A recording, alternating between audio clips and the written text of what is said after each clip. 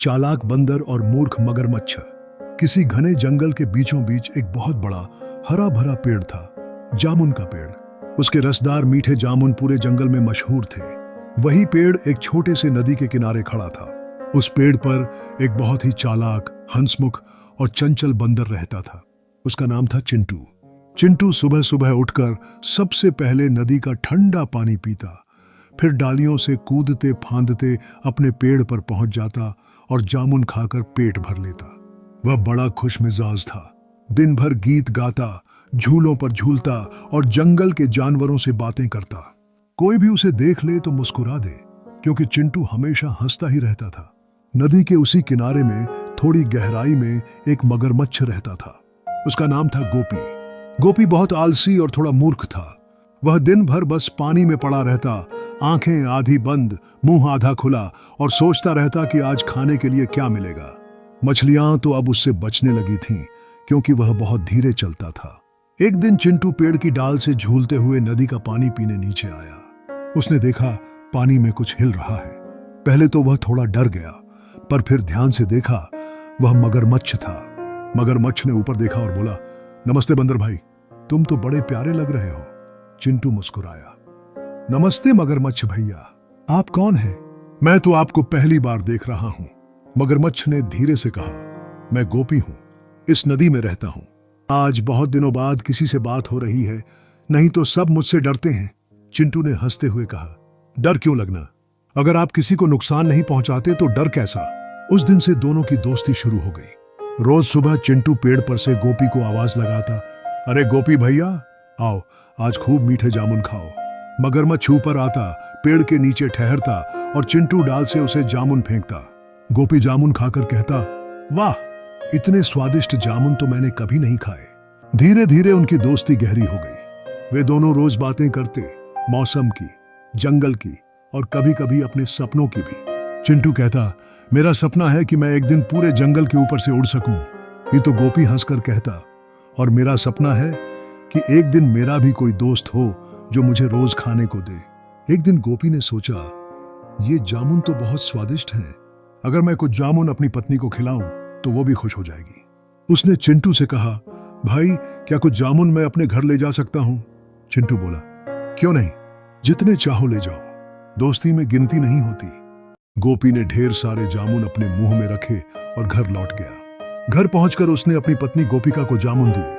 गोपिका ने चखा तो उसकी आंखें चमक उठी।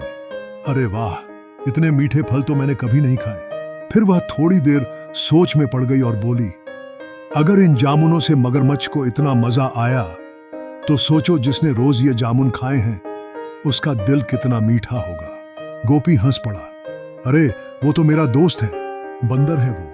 ये पर गोपिका तो जिद पर उतर आई, मुझे उस बंदर का दिल चाहिए।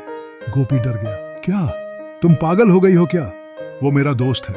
गोपिका बोली, दोस्ती अपनी जगह है, पर सोचो अगर हम उसका दिल खा लें तो हमारा जीवन अमृत समान हो जाएगा। तुमसे तो ये काम होगा नहीं, मैं खुद जाऊं? गोपी डरते हुए बोला, नहीं नहीं, मैं जाऊंगा, पर तुम उसे नुकसान नहीं पहुंचाओगी, समझी?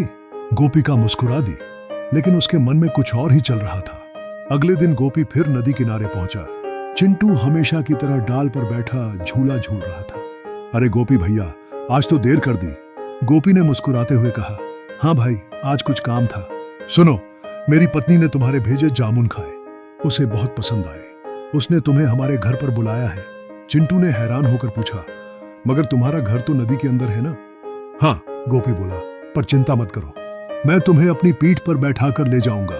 तुम हमारे मेहमान हो, हम तुम्हें बहुत अच्छा खाना खिलाएंगे। चिंटू थोड़ा सोच में पड़ गया, लेकिन उसे भरोसा था अपने दोस्त पर। उसने कहा, ठीक है भैया, चलो। वह गोपी की पीठ पर चढ़ गया। दोनों धीरे धीरे नदी के बीच की ओर बढ़े। नदी का पानी ठंडा और गहरा था।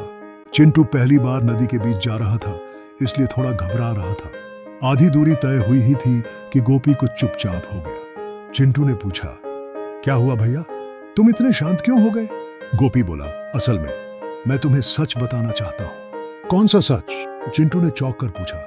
मेरी पत्नी ने तुम्हारे जामुन खाए, उसे लगा कि तुम्हारा दिल बहुत मीठा होगा, इसलिए उसने मुझे कहा कि मैं तुम्हें ले आऊं ताकि वो तुम्हारा दिल खा सके। चिंटू के तो होश उड़ गए, पर उसने तुरंत अपने आप को संभाल लिया। अगर तुम्हारी पत्नी को मेरा दिल चाहिए तो तुमने पहले क्यों नहीं बताया? गोपी बोला, क्या मतलब?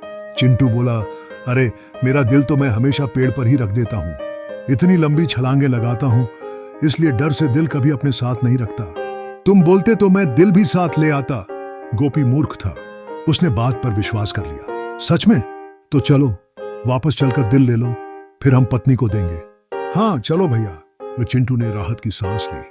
जैसे ही गोपी उसे वापस किनारे पर लाया, चिंटू झट से पेड़ पर चढ़ गया और ऊपर जाकर जोर से हंस पड़ा। अरे गोपी भैया, तुम तो सच में बहुत मूर्ख हो।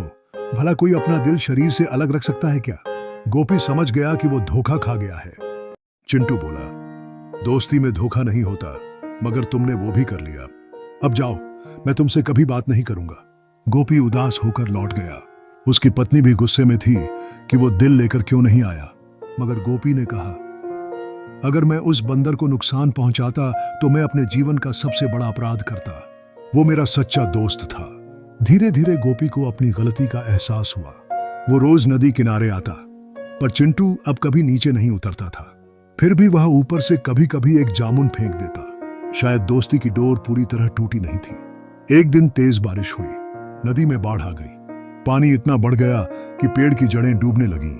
चिंटू घबराया, अब मैं कहां जाऊंगा? उसी समय गोपी वहां आया। उसने देखा कि उसका पुराना दोस्त परेशानी में है।